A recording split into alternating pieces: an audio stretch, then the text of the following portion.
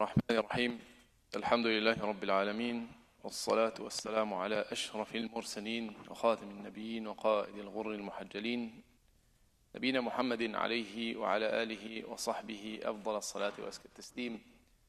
رب اشرح لي صدري ويسر لي أمري واحلل عقدة من لساني يفقه قولي. اللهم أجر الحق على قلوبنا وألسنتنا وارزقنا الإخلاص في كل قول وعمل. Continue today with Surah Yusuf, verse 42, where Allah subhanahu wa ta'ala says, بعد أعوذ بالله من الشيطان الرجيم وقال للذي ظن أنه ناج منهما اذكرني عند ربك فأنساه الشيطان وذكر ربه فلبث في السجن بضع سنين. Then he said, this can be translated as, he said, then he said to the one he knew would survive, mention me in the presence of your master. But Shaitan made him forget to mention Joseph to his master, so he remained in prison for several years. Yesterday, Sheikh Abdul Rafa Jazallah Khair went over the story of Yusuf alayhi salam with his two companions in the prison. This is the kind of final verse that concludes this section about this interaction between Yusuf alayhi salam and the companions. Before I go into it, was an important lesson to learn from the story previously, and it is related to the story afterwards, meaning the sections here. In the previous interaction, Yusuf alayhi salam was asked directly to interpret a dream. What did Yusuf alayhi salam do? He took in their dream and he spent a little bit of time, as a matter of fact, a lot of time, calling them for the path of Allah subhanahu wa ta'ala before he interpreted the dream. He could have directly, easily, they told him, we see these particular, this is the dream that we see. Yusuf alayhi salam understood what the dream meant. That one of you is going to survive, and they're going to go back to the king basically and be able to serve them their drinks. The other one is going to be killed. They're going to be crucified, and they're going to basically, the birds, or like the, what do you call them? The birds is going to come and eat from their head. The point is, he knew exactly what the dream meant, but it took him a while to get to the interpretation of the dream. And there's a lesson in this. What did he do in there? He started calling them for the path of Allah subhanahu wa ta'ala, for tawheed. And the lesson for all of us sometimes is what? It's not that he wanted not to give them the answer. He saw, alayhi salam, an importance in what he's going to give them more than what they're asking for. There's an important incident. There's something extremely important right now I have to tell you first before I go ahead and interpret the dream. So in this first story, it wasn't a direct answer. It was a longer answer, introduction, before he comes to the answer. And at the end, because he gave him the interpretation of the dream, Yusuf alayhi salam is unjustly in prison. He knew that this person that will survive will go out. He said he was working directly for the king. So he said, you know what, when you go out to the king, just mention me. Just tell him about my story. Just tell him about my incident. And Allah's telling us that this person forgot about this. And Allah subhanahu wa ta'ala says, فَأَنْسَاهُ الشَّيْطَانُ ذِكْرَ رَبِّهِ. The shaitan made him forget about even mentioning Yusuf alayhi salam to the king, and that Yusuf alayhi salam ended up being in prison for a while. بِضْعَ سِنِينَ, as the Mufassirin say, said the word bid'a can be interpreted as anywhere between 3 to 9 years. That's what the word bid'a means. So he spent in prison afterwards 3 to 9 years in prison. Now, as I always mention when we come to this, now Allah subhanahu wa ta'ala is taking us to a different incident or a different scene. And then we have to fill in the gaps sometimes in how this. So Allah subhanahu wa ta'ala directly says what?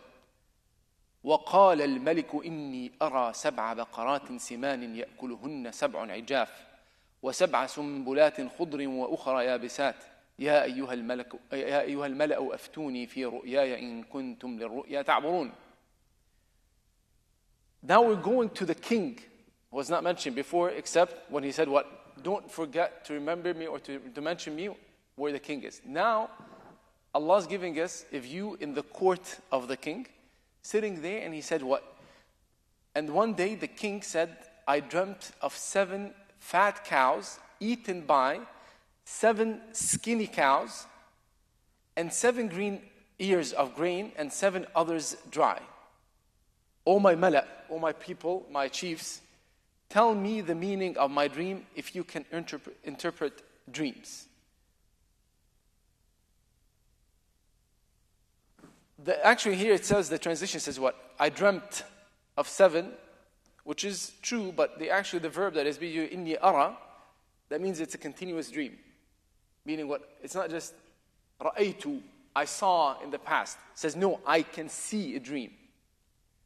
So this dream was not just a one-time thing that happened, but the king had been seeing this dream again and again, and it's causing us like, what's happening? What is the interpretation of this dream? Which is, imagine 7 fat cows being eaten by 7 skinny ones. That's what is it? And then they said, also we're seeing 2 types of grains. I'm seeing 7 bushes of grain, or ears of grain that are green, and then some of the 7 are dry. And he wanted to understood what this meaning of this is. Now his chiefs, they respond to him, قالوا أضغاث أحلام وما نحن بتأويل الأحلام بعالمين. They replied to him. They could not interpret the dream. What did they say? Said, these are confused visions, and we do not know the interpretation of such dreams. As a matter of fact, the word Allah subhanahu wa ta'ala uses says, قالوا أضغاث. أضغاث, ضغث, is if you take a kind of a handful or a combination of, imagine there's grass or vegetation on the ground, and you go and grab a bunch of it, okay? So there might be grass, there might be grain, there might be some other stuff like, wooden packs, whatever it is, like you're just taking a bunch of stuff together. So it's a bunch of things. But this bunch has diversity of different parts. So what they're responding to the king is what? Instead of saying you have a dream, he said, you have this bunch of different visions that are confusing to a certain extent, and that's why we're not able to respond to you. And that's why they use the word adghaf, ahlam. It's not just one thing, it's a lot of different things that are happening right now, we cannot interpret it. But the other thing to see here is what? This is another incident where the king is coming. Now, the first time Yusuf alayhi salam is in the prison, they came to him directly and said, you look like a min al-muhsinin, among the good, like the good doers. Interpret our dream. And Yusuf alayhi salam interprets their dream. Now the king is seeing a dream, he's getting his group of his chiefs, the people around him, the mala, he said, interpret the dream. So it seems that this is something that is common at their time. And Yusuf alayhi salam is given this as a part of his, again, the bounty of Allah subhanahu wa ta'ala to be able to interpret the dreams. But it seems that this is something common where people see dreams and they're always seeking to understand the interpretation of these dreams. To the extent that the king would collect his ministers and people around him, the people around him to respond to this. Now I want you to imagine the situation here. The king sitting, he gathered all of his chiefs, his ministers, the people that he relies on, and asking them to help and support because he's seeing continuously this dream. And all of a sudden, the person who does what? Who just serves the drinks for the king. So it's not someone who's quote-unquote part of what? The mala. He's not part of the court of the king, or the chiefs of the king, or the ministers of the king. This is someone on the side. And imagine what happens is this person, all of a sudden, in the back, out of nowhere, the completely unexpected person in the court. Because the rest of them already responded, said what? We do not know how to interpret that. It's not like you're getting a bunch of convoluted things, a lot of confusing things. We cannot interpret it. And all of a sudden this person says what? أَنَا أُنَبِّئُكُمْ بِتَأْوِيلِهِ فَأَرْسِلُونَ.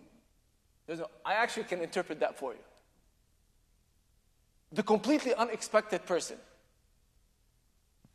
I always mention this every single time I sit down here for Surah Yusuf. Allah subhanahu wa ta'ala says, this is the best of stories. If you were to actually imagine the words that Allah subhanahu wa ta'ala is telling us, you can imagine it as like different scenes. It's very telling. That this is a lot of quote unquote, I don't want to say, I don't know a better word, but there's a lot of, not drama in it, but there's a lot of like changes. There's a lot of unexpected things that are happening. And Allah subhanahu wa ta'ala is building for us a view of how He delivers Yusuf alayhi salam from his hardship. But sometimes it takes this, and this is for you and I, and Rasulullah sallallahu alaihi wasallam at that point, he said, your life might be convoluted, your life might pass through different phases, but know that by relying on Allah subhanahu wa ta'ala, Allah subhanahu wa ta'ala is going to deliver you.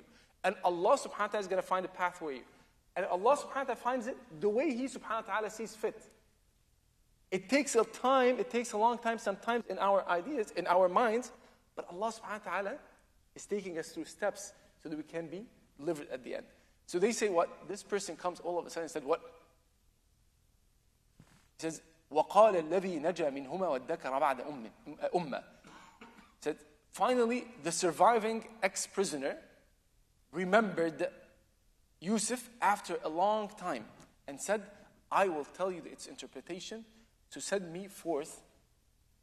That's what he said. He says, to send me forth. Meaning, وَادَّكَرَ بَعْدَ أُمَّةٍ. The word iddakara, and this is I'm going to just spend maybe a minute on it. The word iddakara means it's not just what you remembered. It says that you put effort to remember. You know, it's like a distant memory. Sometimes when someone mentions something and you have a memory of it, it comes to you directly. Oh, I remember this. It's just at the back of your mind. But iddakara ba'da ummah, that means he put the effort to remember. He's like, faintly, when he heard about this dream, he faintly remembered something, and then he put the effort to say, oh, yes, I get it. And now he jumps up and he says, I will go ahead and interpret that for you. But will he really interpret it? Not really. He doesn't know how to interpret it. And that's why he said what? فَأَرْسِلُونَ. Send me over. Meaning, send me, he came to what? He didn't tell him he did not tell the king and the group who is he going to be sent to or where is he going. He's just taking the permission from the king to send, I can do that, but you'll have to send me to go get you the interpretation of the dream because I cannot do it myself. And now he did not yet introduce Yusuf alayhi salam. But he thought there was an opportunity now to go what? To go back to Yusuf alayhi salam, ask him for this. And maybe after this, when he gives the interpretation of the dream, what's going to happen is, now the king knows about him. And now that he responds to him or he tells him about this. And he goes directly to Yusuf alayhi salam and he tells him exactly and I'm going to end here inshallah, he can tell him exactly what the dream. He said, يوسف أيها الصديق أفتنا في 7 بقرات سمان يأكلهن 7 عجاف و7 سنبلات خضر وأخرى يابسات لعلي أرجع إلى الناس لعلهم يعلمون. He said, Yusuf, O the man of truth, Yusuf أيها الصديق, interpret for us a dream of 7 fat cows eaten up by 7 skinny ones, and 7 green ears of grain, and 7 others dry, so that I may return to the people and let them know. So what did he do? He goes to Yusuf alayhi salam, which tells you something interesting as well. It says unfortunate, but it's interesting to point here. Allah subhanahu wa ta'ala is going to give us a lot of indications. How did he know that Yusuf alayhi salam is still in the prison? It might have been 3 to 9 years. But he said, what? Send me, I know exactly where to find him. He didn't even think twice. It tells you not a very good justice system. If someone unjustly or unjustly being set in prison, the only one they're going to let him, because this is the court of the king, basically he was not let go. And he was confident. Well, send me, I know exactly where to find him. But that tells you that there's a lot of injustice that's happening in this kingdom. Why? Because he knew that this person was never going to let go. And he knew that this person was unjustly put there, but he knew he was not set free. That's why he said send him. Allah subhanahu wa ta'ala, subhanAllah, if you see this verse and the one before, this person went directly and said exactly verbatim what the king told him. And that tells us there's amana here. There's what? There is trustworthiness. He did not try to send some different messages or his interpretation of what the king said. He took the words of the king exactly and told them to Yusuf alayhi exactly. That's a sign of passing on the message with integrity. That's something else for us to learn. Tomorrow, inshallah, we'll talk about how Yusuf alayhi salam responded. But remember, I started by saying the first time Yusuf alayhi salam, when he was presented with a dream from these people, he did not respond directly. Tomorrow we'll see something different. And that tells us, both of them, it says they came for futya, they came to ask for clarification and understanding. And the person who is accepting this, with Yusuf alayhi salam, who's taking in the question, can assess the situation and respond in the best way for the incident, for the person who's asking. Which is the lesson that we want to say. Is not everyone asking a question, by the way, is asking to get the direct answer. Sometimes if you're asked a question, said by your family member, but someone you trust, seeking your advice, sometimes there's a question behind a question. Or the answer that you want to give him directly might not be helpful for them. So you want to give them something that is more than what they're asking for. Because you, as someone who's listening, see something beneficial for them, more beneficial for them, and then that's the way you respond to it. And some other cases, you see that the benefit is respond directly. Allah subhanahu wa ta'ala is telling us, to engage in this. Learn from that. There's no one answer generic for everyone. There's something that is dependent on the incident. May Allah subhanahu wa ta'ala give us the understanding of His book, make us amongst those who follow His guidance. We ask Allah subhanahu wa ta'ala to fill our hearts with His love and the love of His Prophet sallallahu alaihi wasallam.